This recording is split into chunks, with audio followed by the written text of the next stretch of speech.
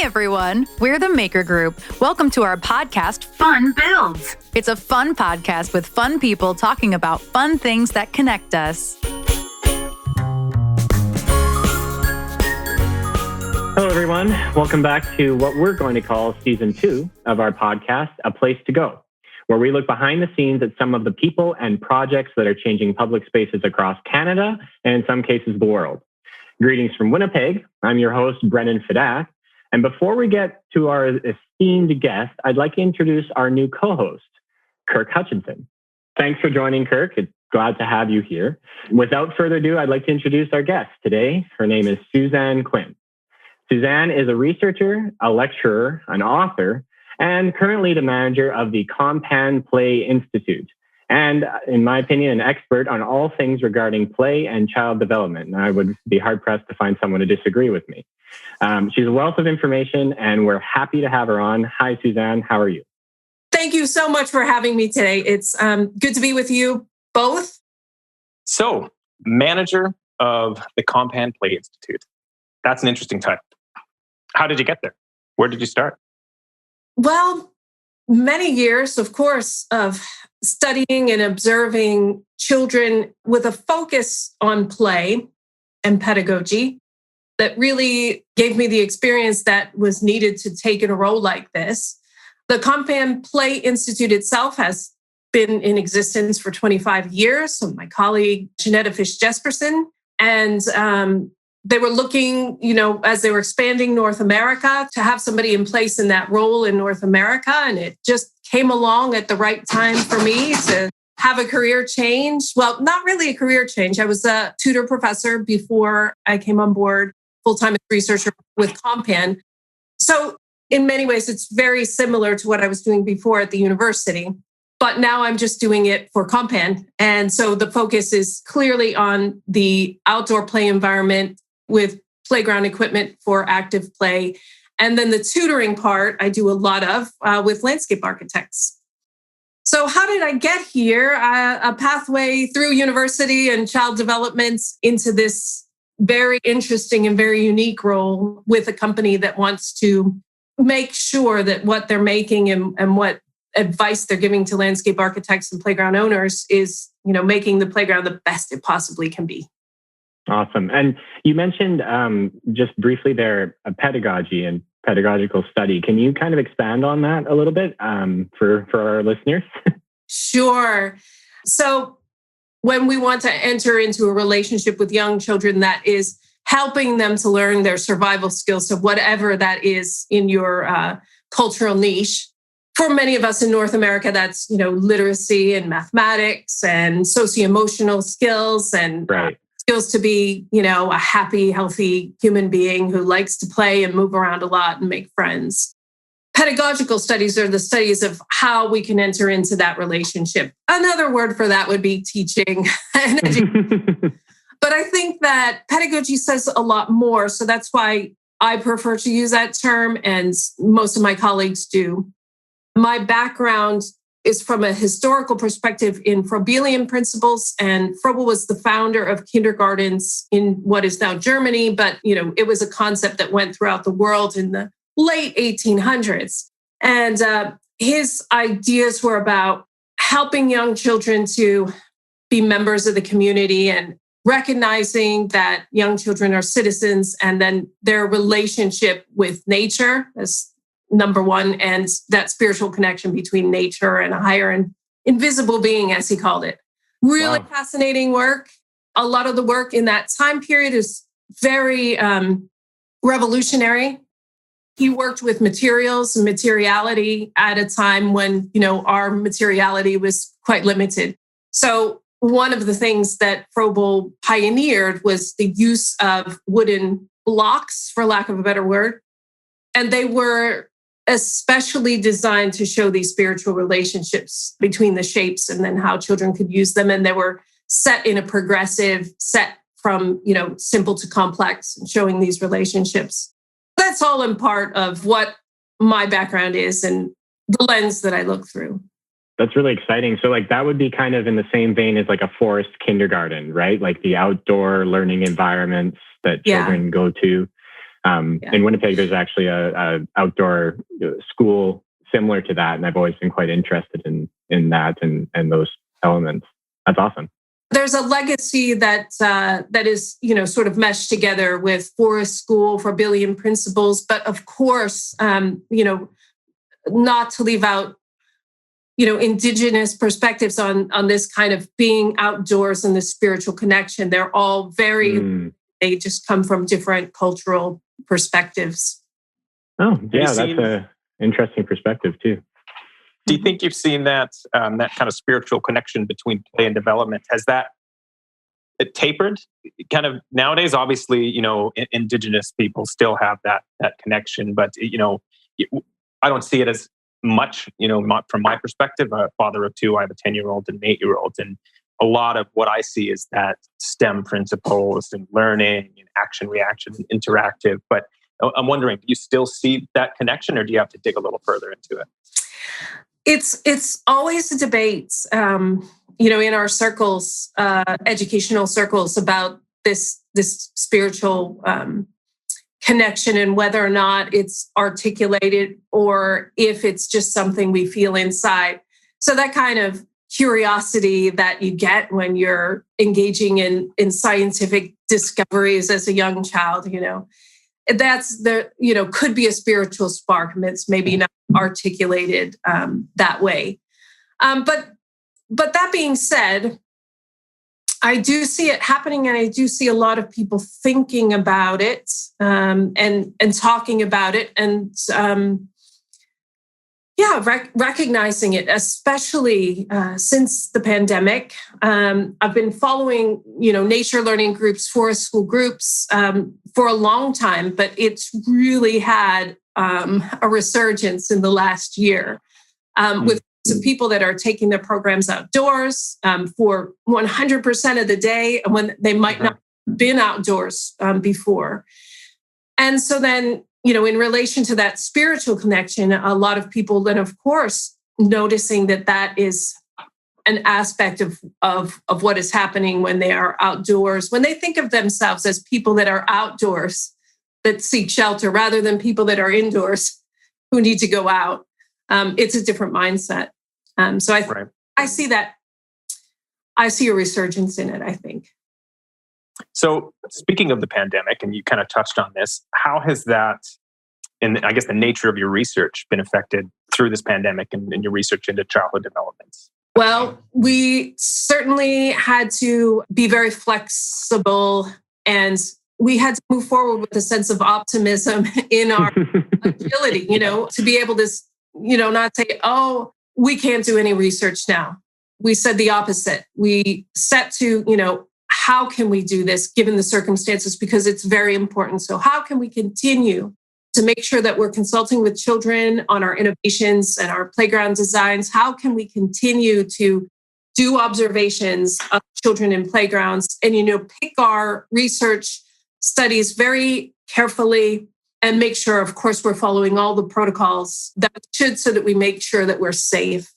And I think that was really inspirational to me, to be part of a team that wanted to move forward and didn't want to be dormant.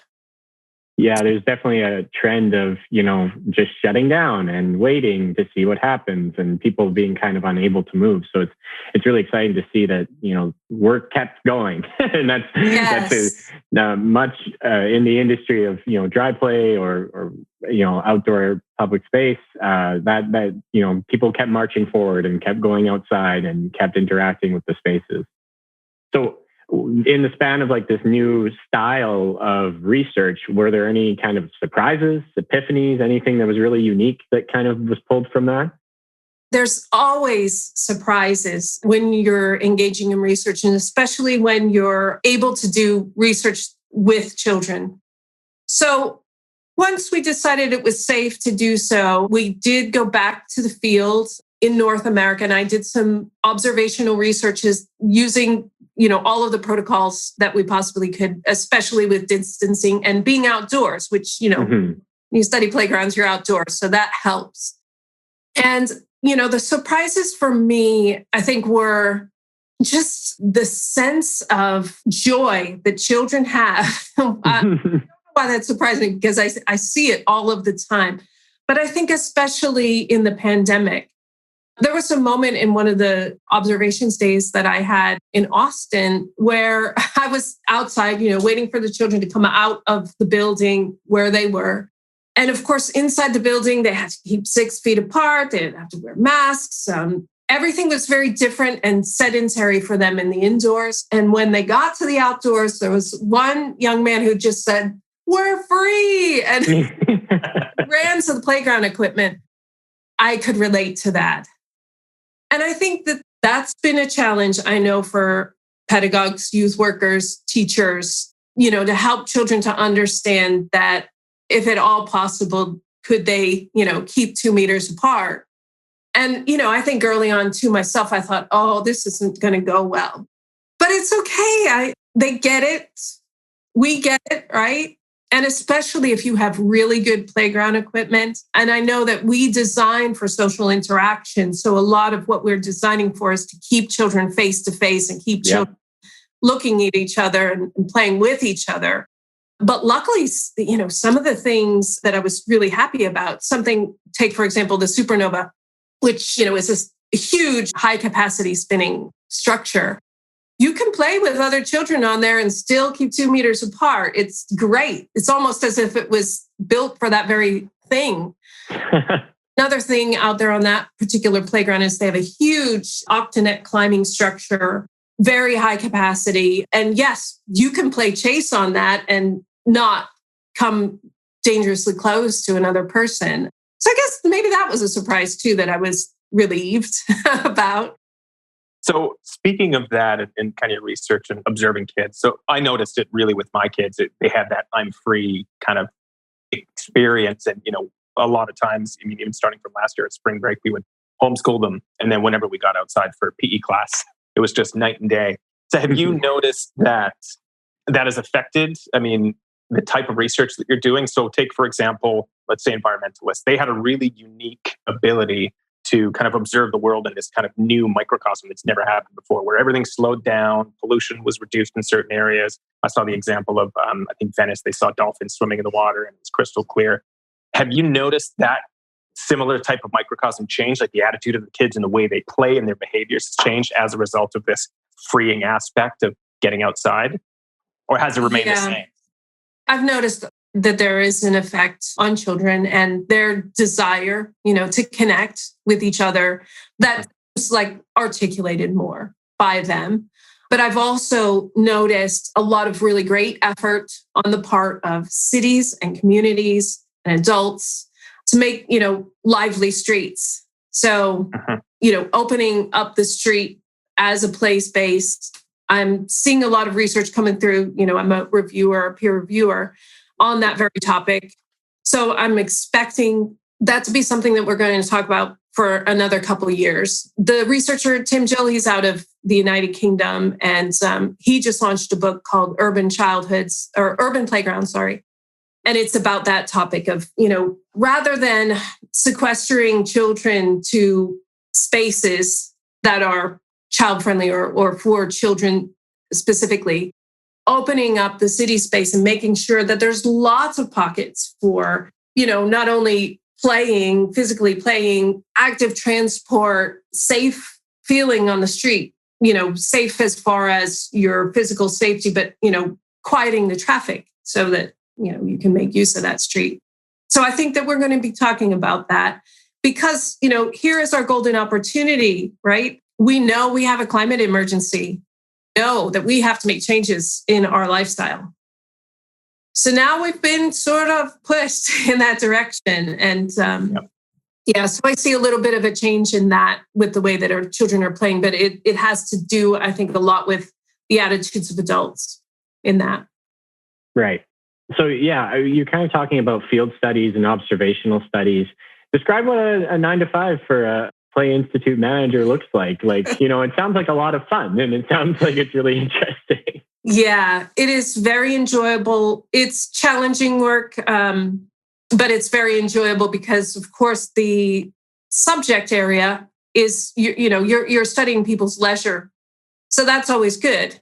the 9 to 5 is not really a 9 to 5, especially when we're engaged in a field studies, because, as you probably know, playground times fluctuate. You have a lot of people using the playground ages 2 to 5 from about 10 a.m. to noon. Then you have a lull, and then you have a lot of people using the playground from about 3 to 5. Those are school-age children. And then you have another wave of people using the park and the playground. And this is probably the most interesting time of day. And then this also depends on where you are, what the climate is, what the daylight hours are. Mm-hmm. Imagine for you up in Kelowna, your summertime, I mean, you could probably play the playground till midnight, right? Yeah, we can push 10 o'clock for sure with sun.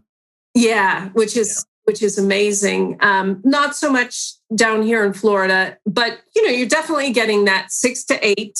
And in some parks here, they're grouped together with sports fields.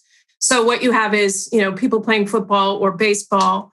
Lights are on. Playground is the place where the kids who are not on the, on the turf or on the pitch are, spending their time. So anyway, that 9 to 5, when we're in the field study is you've got to be there all day. You're not doing field studies, every day of the work year. So you really need to make the most out of it when you've got that usually 2 to 3 week period. So there's that. And then there's, of course, I spend a lot of time when I'm not doing, the observations and the writing, just reading what other people are writing about a broad range of fields. So, I read landscape architecture. I read environmental studies a lot. I read geography. Human geography, children's geography is a niche within geography. So this is, like health, nursing, family studies, all contribute to what we might get our ideas about, and where is the context that this research would fit. Of course, for KOMPAN, then how we can make our products better, and then how are we talking about them, and then how can we ensure that everybody wants them and everybody can get them too. I mean, there's a whole other side of the research that's related to equity and public funding as well. Always got my mind on that too. How can we encourage people that it's worth their while to make this investment in space? Yeah, I mean, it's just kind of, so diverse. There's so many factors at play when it comes to these, outdoor public spaces. And COVID, we've talked a lot about that. That's thrown everything, for a loop. And it's amazing. You must be the sieve for information at this point. Yeah, so it's a lot. Yeah, but it's good. So how do you decide on that? Is it, specifically with your work with KOMPAN, obviously it's very research-based, and, you talked about your on-site research. Do you go into these with very specific things that you're looking for? Is it more product-driven to say, is this going to work in the field? Or is it purely observation? We're just going to look and wait for things to happen to give us ideas. And it's a little bit of everything. So we do have product testing, and that happens in Denmark, and I am a part of that, but not in person anymore. And that's ongoing. And that's, their 9 to 5 is very intensely related to, the schedule of, testing the innovations and then perturbing the process and then testing some more and then, making decisions before things go to production. That's very product focused, child focused, how the children respond, but also the safety. So you can have, a lot of ideas about what you would want to do on a playground, but it's got to be free of hazards. And, we have these standards, which are very beneficial for people. Then how do you work with the materials to meet the standards so that the play is thrilling? So there's that. But once we go out post-occupancy, which I would say I'm more involved in that side of things, we want to know how long children will play on different pieces of equipment, because the academic research doesn't touch that. It doesn't touch it at all. Academics go out and do post-occupancy studies and they'll cordon off a section of a playground and, hey, maybe it contains a spinner, but maybe it contains a slide. How long play on the slide and the spinner? I don't know, because they only measure in a certain way. So they don't. So we need baseline and diverse information on that so that we can, it really assists us in giving advice to people who want to buy this equipment. What's the capacity and how long will children play? And will they play actively or will they just sit and be sedentary? So that's really been our focus. And we're always focused on the active play. So how can we make something active? And I think some of the really impressive work that, I'm proud to say that we've done is, taking something that would ordinarily be sedentary, such as sand and water play. Not water play is not sedentary, but water when you're touching it with your hands, right? Right. And then looking at how do you enhance that environment so that children will move their bodies around more when they're engaging with that tactile material. And I think we've hit it really well. And I think it's great. And especially, water, which I'm not involved in the big movement water research, but I'm often, observing children at splash pads and in these spaces, especially here in Florida. What a lifesaver it is for communities to be able to help their kids and their parents cool down, in ways that are environmentally friendly and that, they're not defunct. The swimming pool is great. I love swimming. I think it's so important. But, you're only using the swimming for a certain amount of time. And because of how much exertion you have to do when you're swimming, you're doing it in bursts. Whereas when you're at a splash pad, you're running around, you're cooling off, you're filling things up and pouring things out. It's fantastic. And it removes some of those barriers too with, depth and standing water. Yeah. Well, and not only barriers when it comes to the actual physical space, but access to the space for something like that. Like splash pads are, usually an open space accessible by anybody at any time, right? Yeah. So, Suzanne, how did you play as a kid? Like, does that inform, what you're researching or what you're keying in on, or like how your kids have been how they played as children, like when they were younger, and those kinds of things? Mom walking around with a clipboard when your kids are at the park. Well, all of my children now are adults, so I sometimes will bring them along when we do observations. But when they were younger, and this was before I had dedicated myself to the research of spaces. We used to love to survey playgrounds in different places, and that was a lot of fun. Yeah, I think that how you play as a child affects all of us as adults, and hopefully how that's nurtured. And of course, it has to do with the eco-cultural niche that you grew up in. And I'm lucky enough to have a broad range of experiences. I grew up in a large metropolis area in Pittsburgh, Pennsylvania. I think it's so important for us to invest as communities in these spaces that children will welcome. And also, on the topic of inclusion, socially inclusive, but inclusive of persons of a range of abilities and ability to access the space is so important. Where we share this existence with each other, we should make it a good one. We certainly can. So speaking of inclusivity, obviously that's extremely important, and it's a hot topic, but it's not hot as in new. It's been around forever. You said you grew up in kind of these different areas, your urban municipality, which likely had little pocket parks. And then obviously the population, New Haven of 1,000, which probably had a lot of open spaces. What are some simple ways that people can create these barrier-free and equitable spaces that are truly inclusive and kind of go beyond that inclusivity of just providing, I think of a spray park instead of providing one accessible bathroom because that's what code says. Why not do 2 or 3? Like, what are some easy ways that municipalities can achieve this barrier-free play in a simple form? Well, I think selecting universally designed pieces of equipment is going to get you a lot of mileage. And, I just think in terms of KOMPAN, we're always designing with universal design in mind, but some pieces just really get it right. So what you're looking for is something that everybody will want to play with, but that is easy for a person if they use an assistive device or if they have a caregiver to transfer them into the piece of equipment. And, some examples are a basket swing is a very universally designed piece of equipment that is such a hit. Everybody. Or these carousel spinners that, have an open design that you can get on it in different ways. So you don't have to stand up on it, but you could. You don't have to hang your arms off it, but you could. So I think that gives you a lot of mileage. That's a simple way. But it isn't a simple problem, especially as, communities get more complex and overlap each other. So in a place like New Haven, West Virginia, I'm not kidding you, everybody knows each other.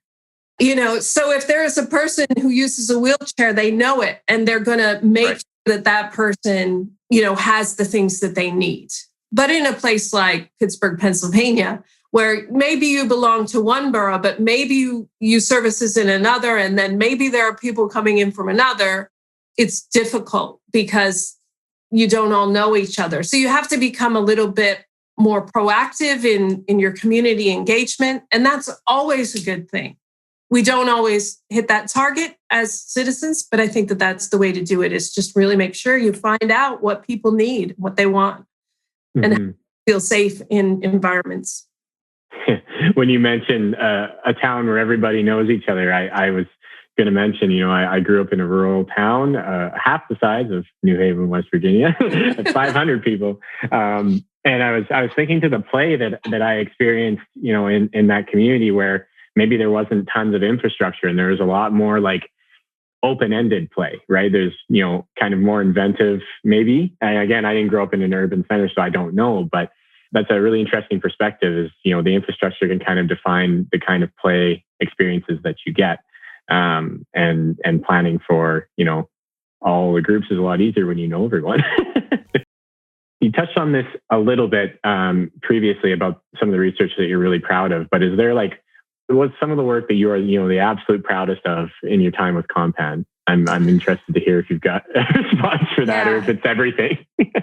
Yeah, no, I mean, I'm really proud of everything that we do. I think it's hard to see, the value of what it is that you do. You're part of the company, What I'm more, proud of is when I drive by a playground that I never knew existed. I just did it yesterday with my mother, again, out in a very rural area of Florida. And we were just looking at, what was around in the area, just take a little short drive. And right behind where she lives, there's a school that I used to work with when I worked in Florida at the university here. And I said, that's a KOMPAN playground, because you can recognize it, right away. And then I just said to her, how did they get one out here? Yeah. I just that's great. I think that that's fantastic. So that's more like of a pride thing. And then, of course, whenever something comes out in the media and it's, not something that we expected to happen. I think it was the 50 most coolest places for kids came out, and there was one of our playgrounds. I think maybe 2 of our playgrounds were on the list. And I was just that makes me feel proud. It's a group effort. So I think it's in, from the people that do the innovative designs and all of the safety to, the people who make sure that a rural community in Zephyr Hills, Florida gets a KOMPAN playground. It's pretty rewarding when you can see your efforts come to fruition and the result is smiling people. That's a pretty unique experience for sure. So how did you take this research that you're always engaging in, and how do you, apply that in a practical sense, knowing that, you just mentioned that community input is really important. Are you seeing kind of an influx in a lot of projects that you work on and you research with community input, or do you kind of take your research and then apply it from there? How do you kind of make that leap to this is what I know, and this is kind of, I can't say recommendations, but this is what we know will work, and how do you kind of bring that community into it so that it has a positive impact on the end result and these playgrounds that are getting put in the ground? Because I've seen, sometimes it can be a challenge. The more voices you have, the more difficult it becomes to reach that end goal. Well, I say when you're working for a company, as I do for KOMPAN, and we're laser focused on this, one aspect. And so these are our values and this is what we're focused on. We're always just trying to pay attention to, okay, let's find out what makes the products better, but then let's also find out how that matters to the people that are going to be making the decisions. So it's super applied research. Whereas when you're at university, it's more, well, for me anyway, there are a lot of different approaches to research at university researchers.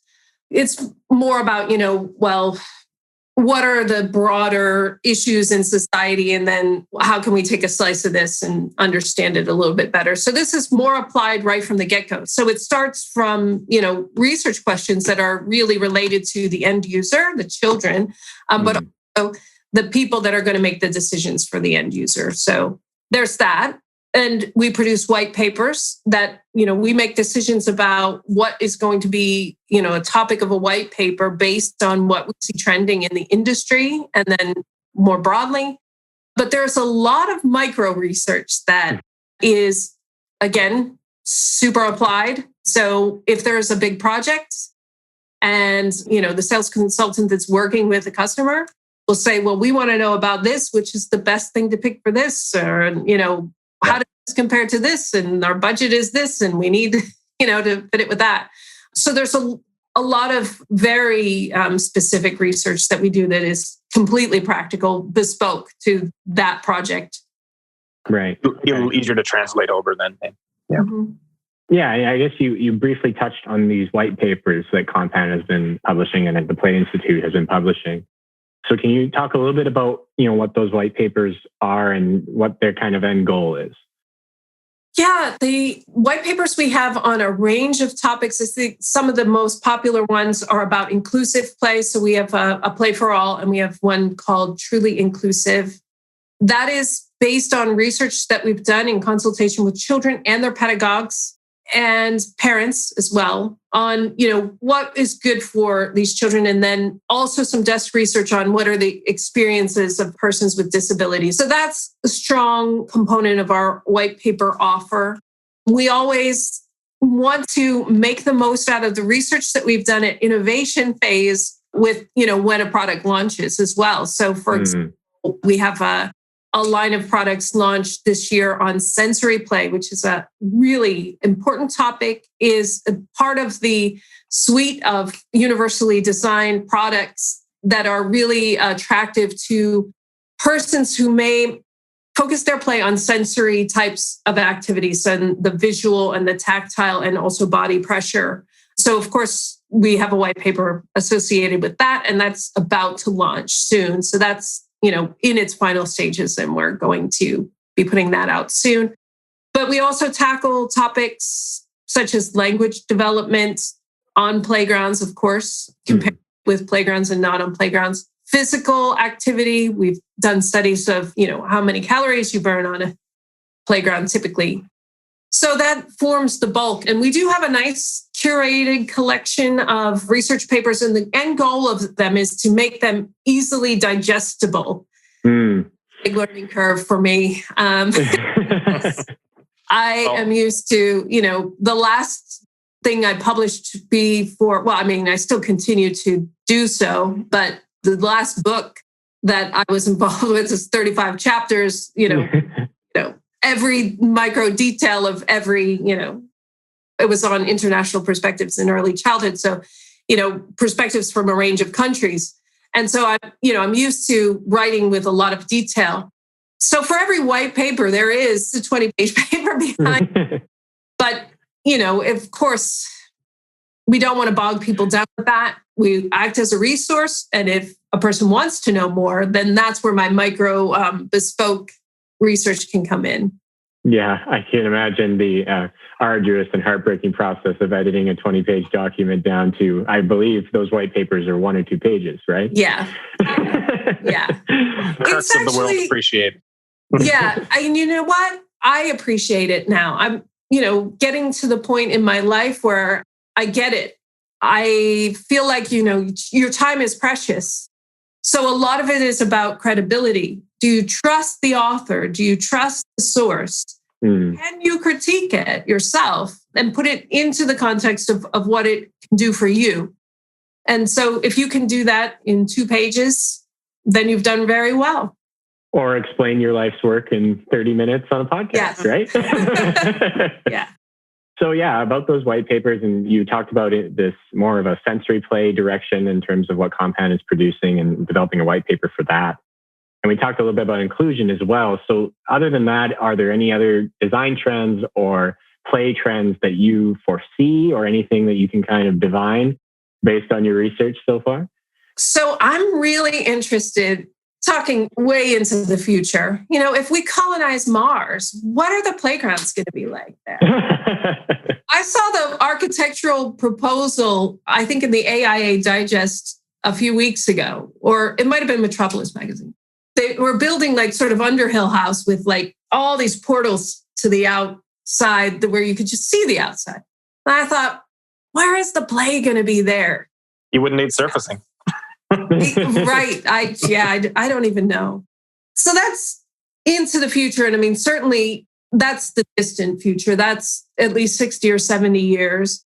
But it won't be long. I also just read that we will have a space station leisure facility, hotel. It's set to open in 2027. I somehow thought to myself, that's not too long from now. Yeah. Wow.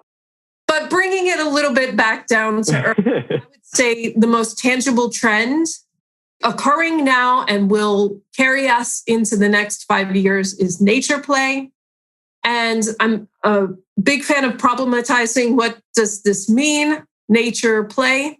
And we've done several webinars. I've done several conference presentations on this topic. It always gets a lot of really good dialogue around it.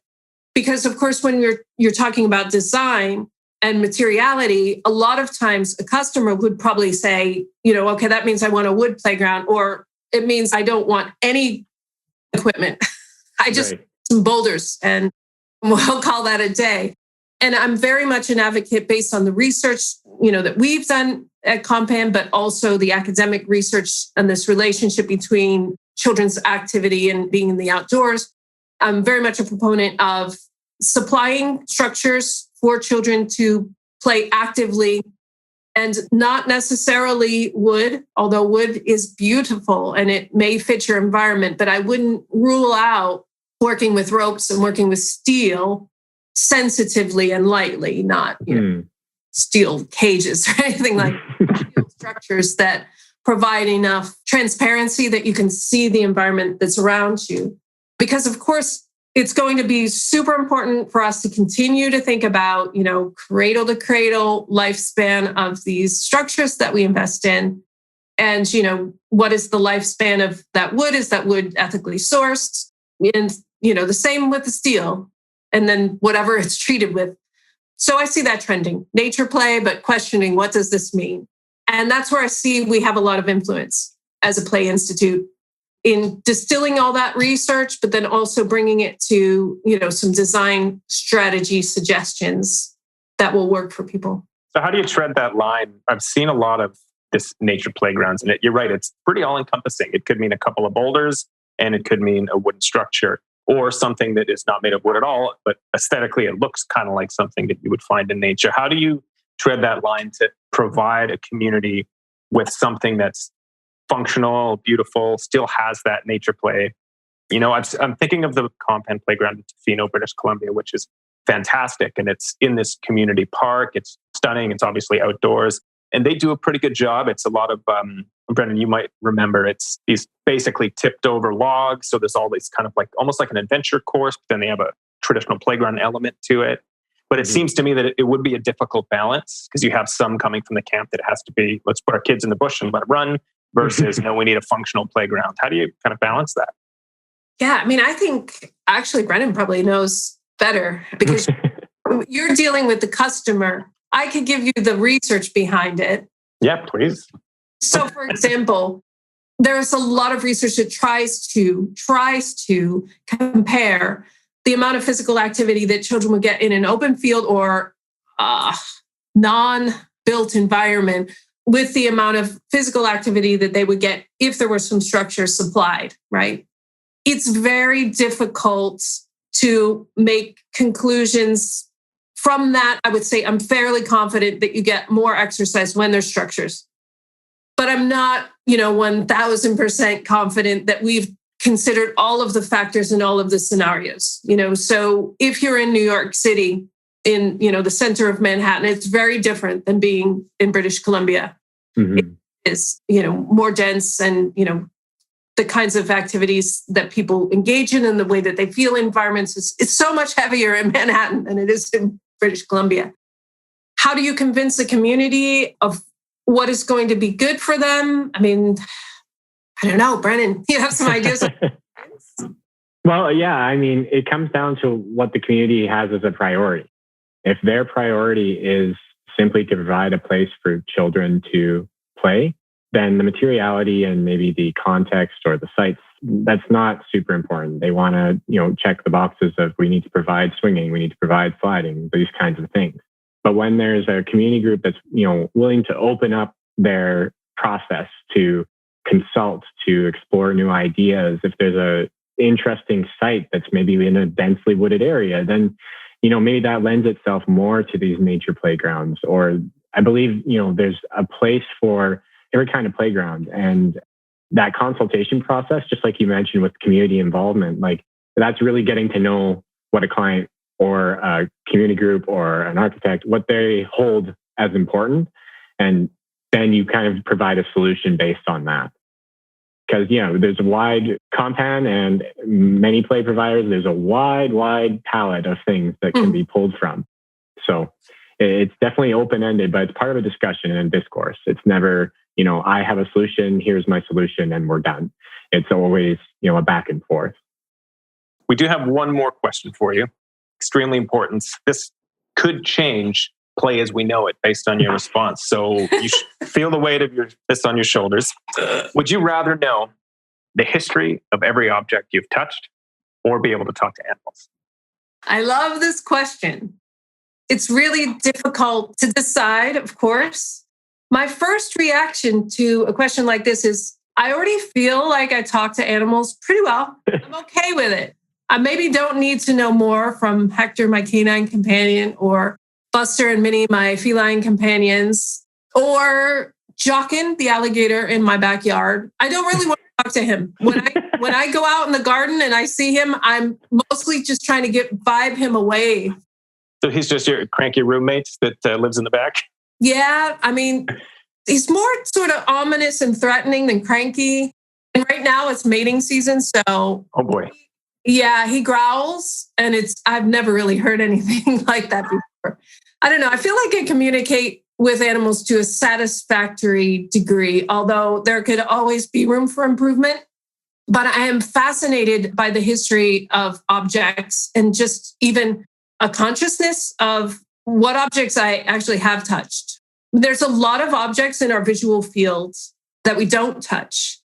And I was just thinking to myself, I'm indoors a lot more now than I'd like to be. As I look at things outside my window, which are mostly naturalized things, but I've never really touched them. So that's fascinating. But as far as the history of the objects, I find that would be an interesting pursuit. Obviously, I've touched a lot of doorknobs, and I lived in London for 10 years, London in England. I grabbed on a lot of posts on the bus and on the train, and I've stepped on a lot of surfaces. I bet you concrete is probably the most touched object in my life. But I do wonder, where does it come from? Who are people that are involved in the production of it? And as we move forward in our climate emergency, I'm becoming more and more interested in, as we spoke up before, the cradle to the cradle experience of materials that are in our lives. And just, of course, this applies to playgrounds. And this isn't my area of playground expertise, but it's everybody's area of concern. So, yeah, I think that's fascinating. How about you all? Do you know what you would rather do? Well, mine is not as in-depth as yours. I just really want my dog to listen to me, so I'm going with animals. Yeah. We talked a little bit about Froebel and Froebel's gifts.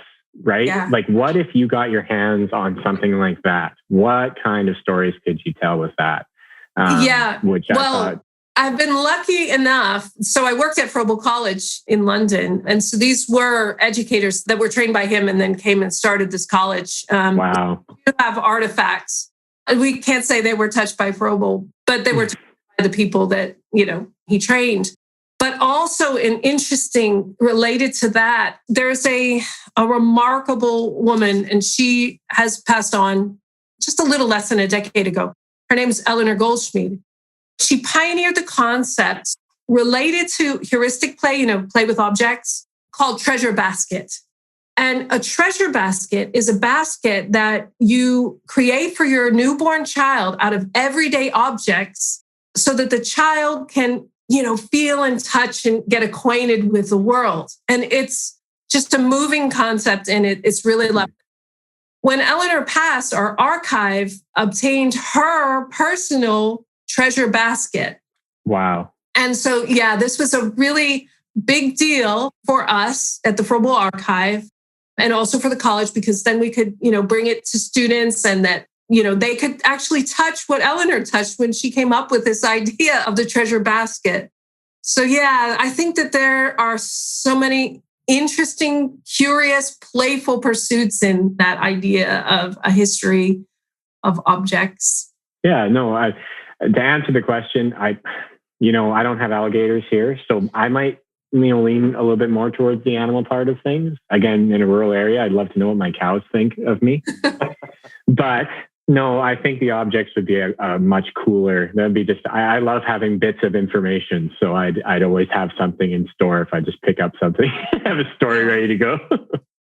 All right. Well, thank you so much, Suzanne, for chatting with us. There's obviously a wide field of research related to, not only kids at play, but, the world as a whole, the environmental crisis, and Cradle to Cradle is an awesome concept and many people are familiar, but if you're not, feel free to look it up. Plenty of information about that. And, we learned that play is a little bit more complex than just playing grounders on a playground. So I appreciate the educative process. Thank you for listening. This podcast is brought to you by the Maker Group, including Parkworks, Waterplay, and We Kid Manufacturing. Contact us at info@makergroup.com. That's info@makrgroup.com. We'll connect again soon.